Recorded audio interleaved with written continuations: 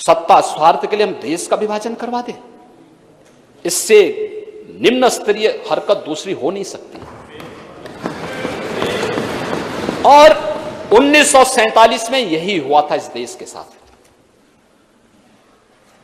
महोदय, मैं फिर इस सदन में रखना चाहता हूं और अपने विपक्ष के मित्रों को भी, जो जाति जाति की रट लगाते हैं ना, इनको भी मैं बताना चाहता हूं, आजादी की लड़ाई में 2 दलित नेता इस देश के अंदर थे।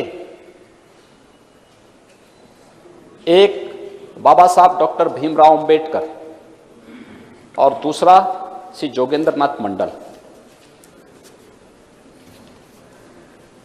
ये 2 नेता थे, नेता प्रतिपक्ष में आप चाहूंगा नोट करें और इसको, इन दोनों की कथा को सुने,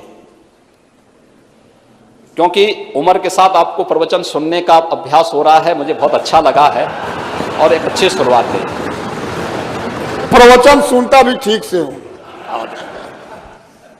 नहीं, मैं आपके पूरे भाषण के दौरान बैठा रहा, और मैं इसलिए बैठा रहा कि भाई एक तो आप बलिया के हैं और बीच में कहीं ऐसा ना हो कि हमारे यहां से सुरेंद्र सिंह उठ खड़े हो जाएं, तो इसलिए मैंने कहा मैं स्वयं ही यहां बैठे रहता हूं।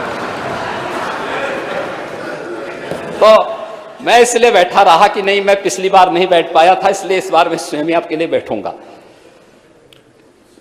लेकिन हमें इन चीजों को जानना पड़ेगा।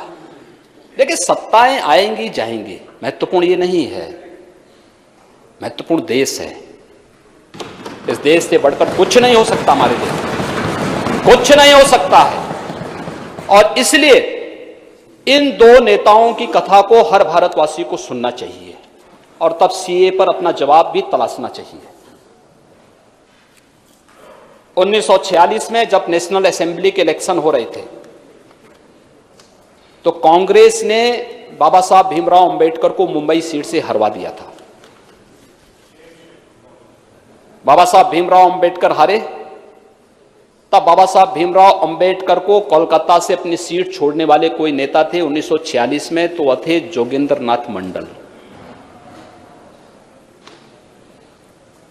1940 के दशक में देश के अंदर दलितों, वंचितों और केवल देश ही नहीं, दुनिया के ये आवाज बने थे दोनों नेता। लेकिन 1946 में एक तरफ बाबा साहब भीमराव अंबेडकर को प्रलोभन दिए जा रहे थे। किसने नहीं दिया? जिन्ना ने दिया, हैदराबाद के निजाम ने दिया, जूनागढ़ के नवाब ने दिया। लेकिन बाबा साहब भीमराव अंबेडकर, उन्होंने कभी अपने मुद्दे से टस से मस नहीं हुए। उन्होंने कहा था कि मैं जानता हूं कि भारत के दलितों और वंचितों का हित कहां सुरक्षित है। ये बाबा साहब भीमराव अंबेडकर ने कहा था, और उन्होंने पाकिस्तान बनाने का विरोध किया था। बाबा साहब भीमराव अंबेडकर पाकिस्तान बनाने का विरोध किए थे, पुरजोर विरोध किया था। लेकिन जोगेंद्र नाथ मंडल जिन्ना के बहकावे में आ गए, देश विभाजन का समर्थन कर दिए, पाकिस्तान चले गए। बाबा साहब भीमराव अंबेडकर आजाद भारत में भारत के कानून मंत्री बनते हैं। जोगेंद्र नाथ मंडल पाकिस्तान के कानून मंत्री बन जाते हैं। बाबा साहब भीमराव अंबेडकर भारत के संविधान के शिल्पी बने और 1950 आते आते श्री जोगेंद्र नाथ मंडल पाकिस्तान में दलितों पर, हिंदुओं पर, सिखों पर होने वाले अत्याचार से इतने व्यथित हो गए कि महोदय अक्टूबर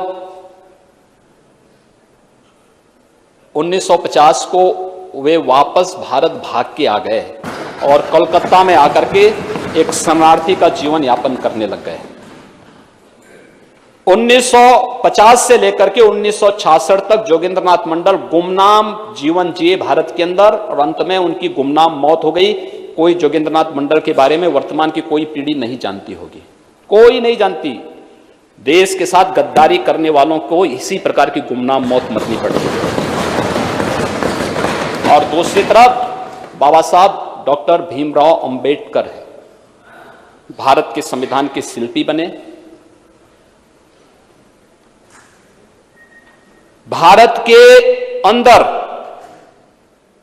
किसी भी राष्ट्रीय नेता के इतने स्मारक और इतने स्थल नहीं होंगे। प्रधानमंत्री मोदी जी ने बाबा साहब भीमराव अंबेडकर से जुड़े हुए 5 स्थानों को पंच तीर्थ के रूप में भी विकसित कर दिया। मऊ छावनी मध्य प्रदेश, जहां उनका जन्म हुआ, भव्य स्मारक बना है बाबा साहब का।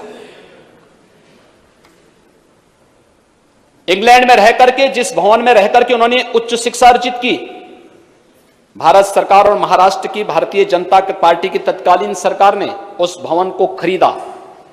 अनुसूचित जाति जनजाति के बच्चों को वहां जाने की व्यवस्था, स्कॉलरशिप की व्यवस्था, कॉर्पस फंड बना करके उनके लिए वहां पर व्यवस्था की और वहां पर बाबा साहब भीमराव अंबेडकर का स्मारक इंग्लैंड में बनवाया। दिल्ली में जिस भवन में रह करके उन्होंने सार्वजनिक जीवन अपना जिया, वहां पर एक इंटरनेशनल अंबेडकर स्मारक, वहां पर भी भव्य स्मारक बना है। कभी जाकर के देखें लोग, इनकी आंखें चौधिया जाएंगी। नागपुर में उनकी दीक्षा भूमि भव्य स्मारक और उनका चैत्य भूमि मुंबई में भव्य स्मारक विकसित हो रहा है। यह है सम्मान। और यही नहीं, स्वतंत्र भारत ने उन्हें भारत रत्न की उपाधि से सम्मानित करके भारत रत्न। यह है दो लोगों की कथा। एक राष्ट्रपुत्र बनकर के भारत रत्न बना और एक ने देश के साथ गद्दारी की, गुमनाम मौत मरा। अब तय कर लें कौन क्या करना चाहता है।